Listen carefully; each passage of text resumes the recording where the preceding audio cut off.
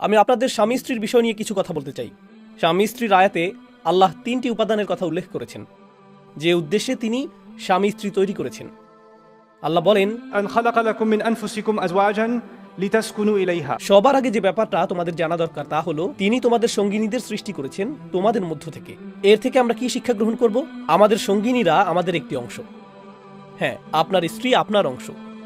সে স্বতন্ত্র একজন মানুষ, কিন্তু কিছু অর্থে সে আসলে আপনার সম্প্রসারিত একটি অংশ।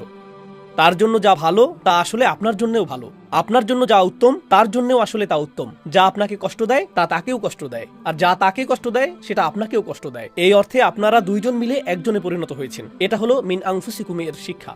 তারপর আল্লাহ বলছেন, লিতাসকুনু ইলাইহা। স্বামী স্ত্রীর সম্পর্কের উদ্দেশ্য হলো, তুমি যখন তার দিকে ফিরবে তুমি যেন প্রশান্তি, স্বস্তি এবং নিরুদ্বেগ স্বাচ্ছন্দ্য অনুভব করো। আমি বলিনি যে তুমি তার মধ্যে প্রশান্তি পাও, এমনকি তার কথা মনে হলেই তুমি এক ধরনের প্রশান্তি অনুভব করো। এমনকি তার কথা মনে হলেই, যখন তোমার মন তার ব্যাপারে চিন্তা করতে শুরু করে, তুমি তখন প্রশান্তি অনুভব করো। তোমার জীবনে হয়তো সমস্যার অন্ত নেই, কিন্তু তোমার জীবনসঙ্গীর কারণে সেগুলো ম্যানেজ করা সম্ভব হয়। লিতাসকুনু ইলাইহা। তারপর তিনি বলছেন, وجعل بينكم مودة। আর তিনি তোমাদের মধ্যে তীব্র ভালোবাসা সৃষ্টি করেছেন। আপনি আপনার জীবনসঙ্গীর জন্য যে ভালোবাসা অনুভব করেন তা আপনার নিজের কাছ থেকে আসেনি, সেই ভালোবাসা এসেছে আল্লাহর কাছ থেকে। আল্লাহ হলেন সকল ভালোবাসার মালিক, তিনি স্বামী স্ত্রীর মাঝে এটা দিয়েছেন। খেয়াল করে দেখুন, তিনি কি ভালোবাসার কথা আগে বলেছেন নাকি শান্তির কথা আগে বলেছেন? তিনি শান্তির কথা আগে বলেছেন। ঠিক জানেন এর মানে কি?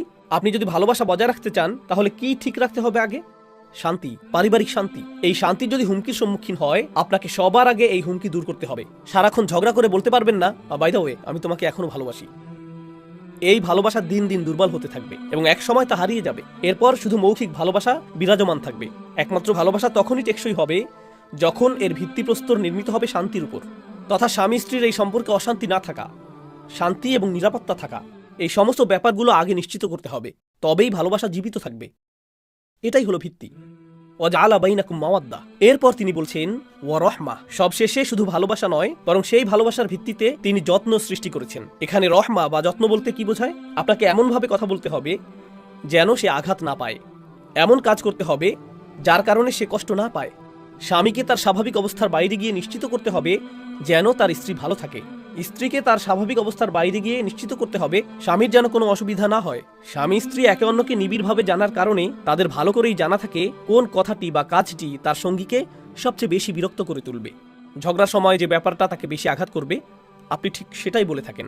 অথবা কোনো একভাবে জেনেছেন আপনার অমুক অমুক ভুলটি আপনার সঙ্গীকে সবচেয়ে বেশি কষ্ট দিয়েছিল, কিন্তু আপনি সেটা পরিবর্তনের কোনো তোয়াক্কা করেন না। তাকে এটা মেনে নিতে হবে, আমি এমনই। এমন মনোভাব সম্পর্কের মাঝে রহমার অভাব প্রমাণ করে। ভালোবাসা এখনো আছে কিন্তু রহমা নেই, বুঝতে পারছেন? সুতরাং আল্লাহ আজ্জা ওয়া জাল্লা স্বামী স্ত্রীর সম্পর্কের মাঝে এই 3টি ব্যাপার নির্ধারণ করে দিয়েছেন: শান্তি, তীব্র ভালোবাসা এবং সবশেষে যত্ন বা রহমা।